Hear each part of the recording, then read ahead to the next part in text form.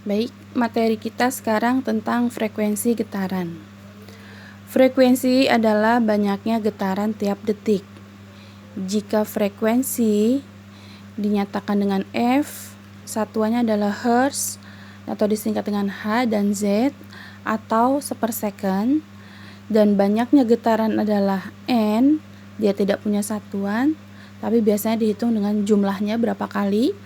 Kemudian waktu adalah T, seperti biasa satuannya adalah second.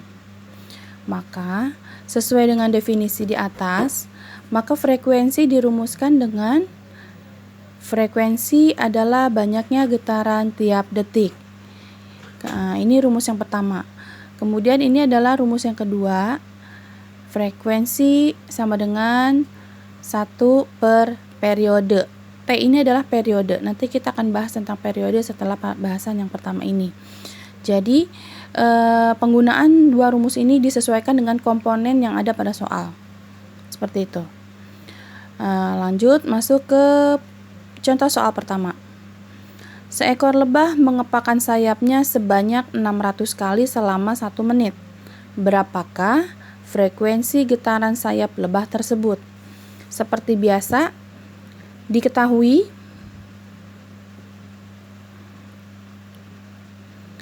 banyaknya kepakan sayap lebah adalah 600 kali. Kemudian waktu untuk 600 kali adalah 1 menit. Dirubah menjadi second, 1 kali 60 sama dengan 60 second. Yang ditanyakan adalah F, frekuensi. Maka jawabannya, jangan lupa pertama tulis dulu rumusnya yang digunakan. F sama dengan N per T.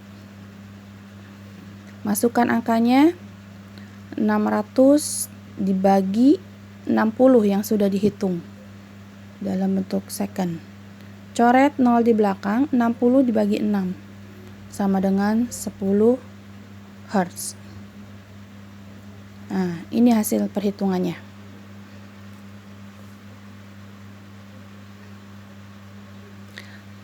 Oke, kita lanjutkan ke materi yang kedua, yang berikutnya, tentang periode getaran.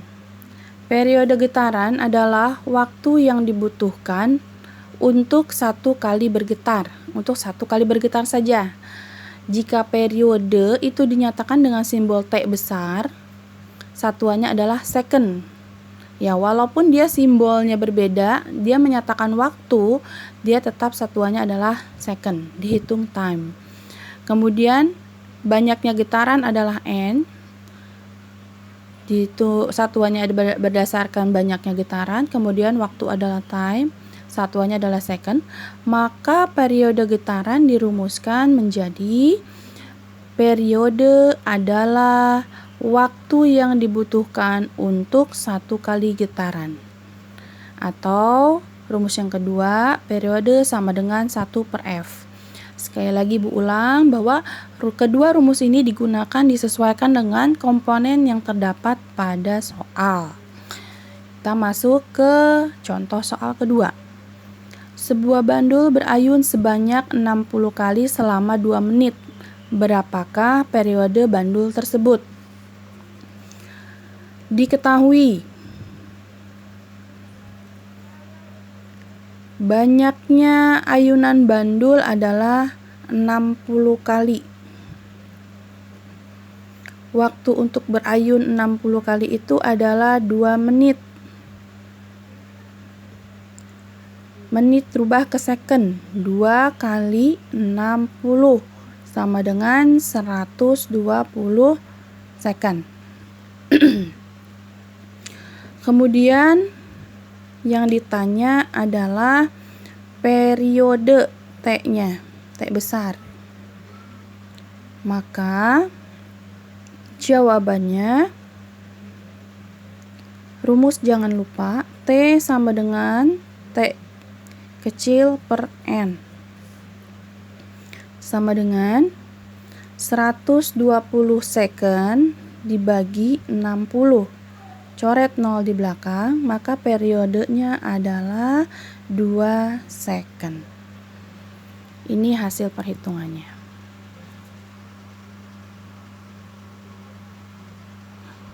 Oke. Materi berikutnya adalah materi yang ketiga, masih tentang getaran dan gelombang.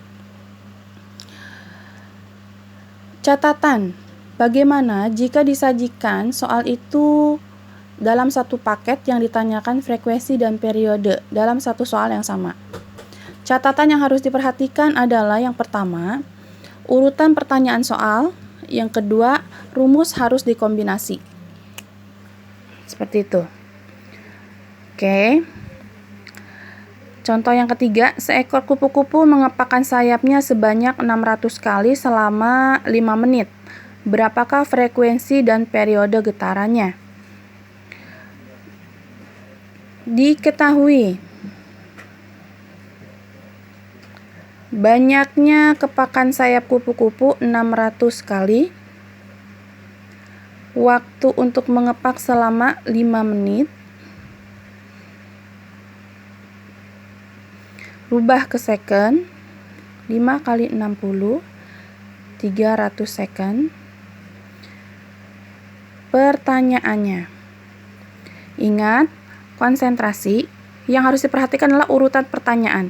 Jika pertanyaan yang pertama ditanyakan adalah frekuensi, maka tulis frekuensi lebih awal. Dan pertanyaan keduanya adalah periode, maka pertanyaan kedua baru periode. Seperti ini, karena ini mempengaruhi dengan kombinasi rumus yang digunakan. Jawab.